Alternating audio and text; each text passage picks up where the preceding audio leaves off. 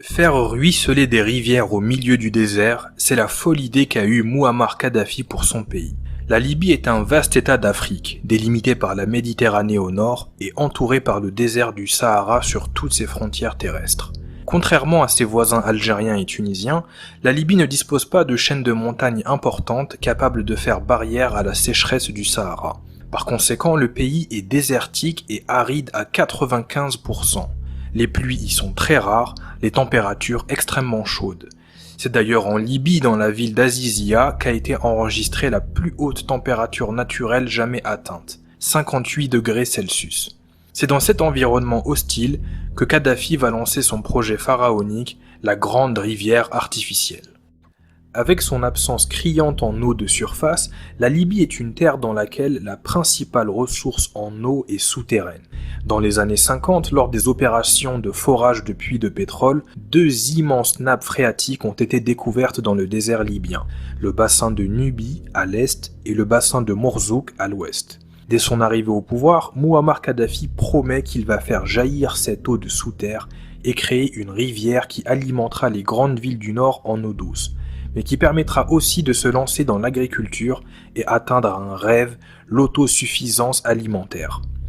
Il est essentiel de rappeler qu'en réalité, le terme de rivière ne correspond pas réellement à la nature du projet.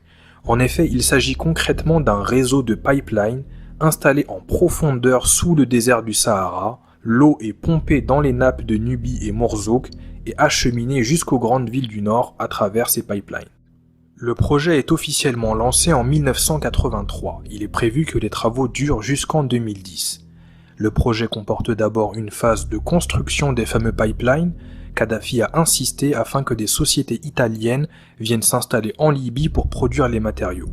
Deux usines sont alors inaugurées à Brega et Saphir. Ensuite, ce qu'il faut savoir, c'est que le projet est découpé en plusieurs phases. La phase 1 concerne l'est du pays. Deux stations de pompage sont construites à Tazerbo et Saphir afin de pomper l'eau de la nappe de Nubie. Des pipelines sont alors installés en direction du nord où plusieurs réservoirs géants sont construits. Ils permettront de stocker l'eau et gérer l'approvisionnement des grandes villes tout au long de l'année. La phase 2 concerne cette fois-ci l'ouest du pays et plus particulièrement la capitale Tripoli et ses environs. Des stations de pompage sont construites aux alentours de Djabel Assouna afin de pomper l'eau de la nappe de Mourzouk et l'acheminer vers la capitale. Et pour finir, la troisième phase est une extension de la phase 1, avec la construction d'une nouvelle station de pompage à Koufra. Le quotidien des Libyens est littéralement bouleversé par ce projet. Les habitants des grandes villes du Nord ont maintenant accès 24 heures sur 24 dans leur foyer à une eau potable, ce qui n'était pas le cas auparavant. Le pays se lance alors dans l'agriculture, la technique utilisée est l'irrigation par pivot en plein désert, ce qui crée des paysages époustouflants, des cercles de verdure apparaissent dans ce Sahara si sec. Des oasis artificielles sont aussi créées tout le long des trajets qu'effectue l'eau vers la côte.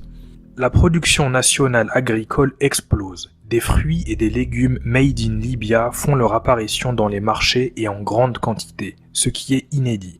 Des milliers d'emplois sont alors créés dans le domaine de l'agriculture. Point important, Kadhafi a insisté afin que l'eau à destination des foyers, l'eau qui coule dans le robinet des Libyens, soit gratuite pour tous. Seule l'eau utilisée dans le cadre de l'agriculture était payante mais à très bas prix. À la fin de la phase 3 du projet, l'ensemble du réseau mesurait 5000 km et le coût total était évalué à 30 milliards de dollars. Ce gigantesque projet n'était pourtant pas terminé. En effet, une phase 4 et 5 étaient encore prévues, mais ils ne verront jamais le jour car une rébellion armée va secouer le pays lors du printemps arabe, ce qui va conduire à une intervention militaire de l'OTAN. Le pays va alors plonger dans un chaos dans lequel il est toujours. À l'heure actuelle, le projet semble mal en point, des frappes de la coalition ont touché plusieurs installations, ce qui a endommagé l'infrastructure. Le chaos actuel en Libye a conduit des employés travaillant dans les stations de pompage à quitter le pays à cause de l'insécurité et parce qu'ils n'étaient plus payés. Et pour finir, des problèmes de maintenance entraînent des coupures régulières d'eau plusieurs fois par jour. J'espère que la vidéo vous a plu. N'hésitez pas à m'encourager en laissant un pouce bleu. Vous pouvez aussi vous abonner afin d'être averti lors de la prochaine publication d'une vidéo. Et bien sûr, l'espace commentaire est là pour vous. Exprimez-vous, posez vos questions. Et d'ici là, prenez soin de vous.